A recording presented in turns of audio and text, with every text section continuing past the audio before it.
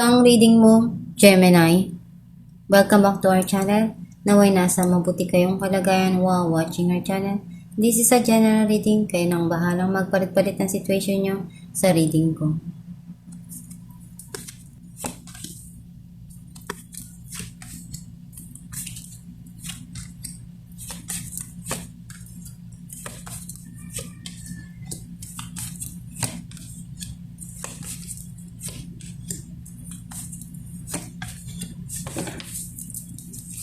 At the bottom of the deck, Judgment. I feel like yung energy mo, nakikita ko na andun yung may mga desisyon kang ginagawa ngayon. Maaring some of you, may mga taong hinusgahan yung ginagawa mo. Or something here na itinatama or pwedeng ikaw yung itinatama. Ang mensahe ng card mo. You need to listen to your intuition. And it will help you more kung alam sa sarili mo na yung inner self natin, nakakatulong yan ng malaki sa mga desisyon na ginagawa natin sa buhay. Basta alam mo naman na tama yung ginagawa mo, you need to listen to your inner self. May mga tinitingnan ka dito kung paano mo mapapalago, kung paano mo ma-achieve yung mga gusto mo, mga pangarap mo sa buhay. Or some of you, pwedeng ginawa mo na lahat ng paraan. Something yun na you need to learn something. And you need to listen sa mga advice sa'yo. Hindi ka pa ready to decide or magdesisyon right away because something here na naguguluhan ka pa.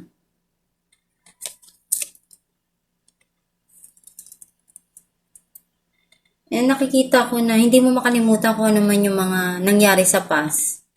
Or may tao kang hindi makalimutan. Some of you, you want to secure your future. You want to save something here. Gustong makapag-ipon, makapagpundar. Unti-unti nang binibigay sa yung mga linaw, yung justice na hinahanap mo. And kailangan lang na matuto kang ibalanse yung mga nangyayari sa buhay mo para hindi ka mabigatan.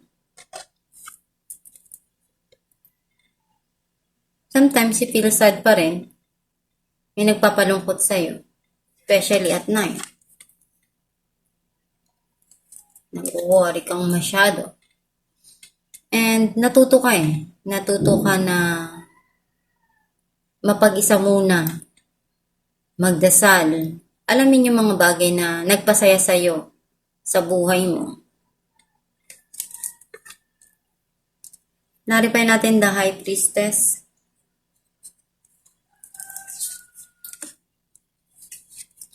Page of Swords and the Lovers.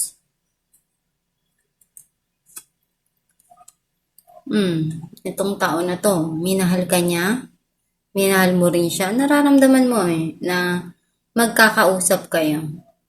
Unti-unti naman na magkakaroon ng clarity dun sa situation. At magkakaroon ng pag-uusap. Naripay natin the Hierophant. Some of you pwedeng may marriage na involved. Knight of Swords and the World. Diba? May paparating dito. Minamanifest mo rin talaga na magkaroon ng changes dun sa situation. Maripay natin ng Four Pentacles. Judgment and Knight of Wands.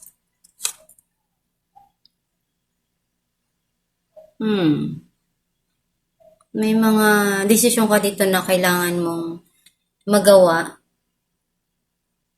And nahihirapan ka kasi hindi mo makalimutan yung mga nangyari. Maaring something here na para sa'yo, hindi ka ganun kadali makalimot. Kasi nga para sa'yo pwedeng masakit or something na mahirap na alisin agad. Nahihirapan ka dun. Clarify natin ng Nine of Swords. The Lovers and Seven of Cups.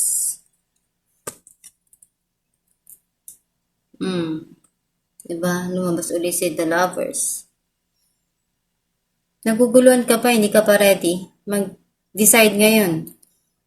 Though, mahal mo yung tao, pero andun yung nalungkot ka talaga, na-depress ka, na-stress ka dun sa situation na nangyari. Clarify natin ang Seven of Pentacles. Six of Wands and Nine of Cups. Ayan na. Kung ano man yung gusto mo mangyari, ibibigay sa'yo. Andiyan yung success, victory. Something here na talagang gusto mo. At magiging masaya ka, oh. Kasi ginawa mo naman lahat ng mga kaya mo, eh. Clarify natin ang Two of Pentacles. The Fool and Four of Wands. Mayroon ditong bago kang haharapin na pagdadaanan.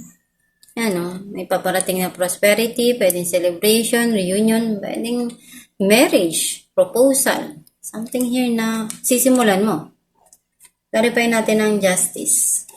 Pero hindi ka pa makapag-decide dahil nga naguguluhan ka pa.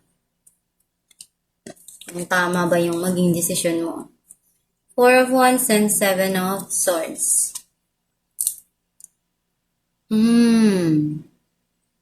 Meron ditong something here na running away from the situation.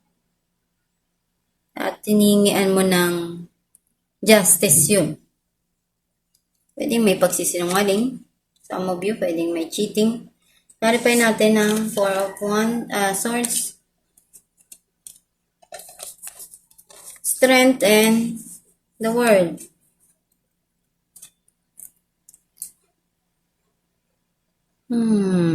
Na-overcome mo naman kung ano may mga pinagdaanan mo.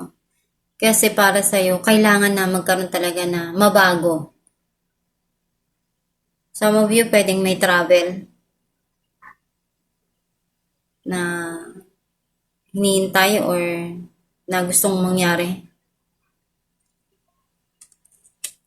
Alamin natin kung anong mensahe ng iyong gabay.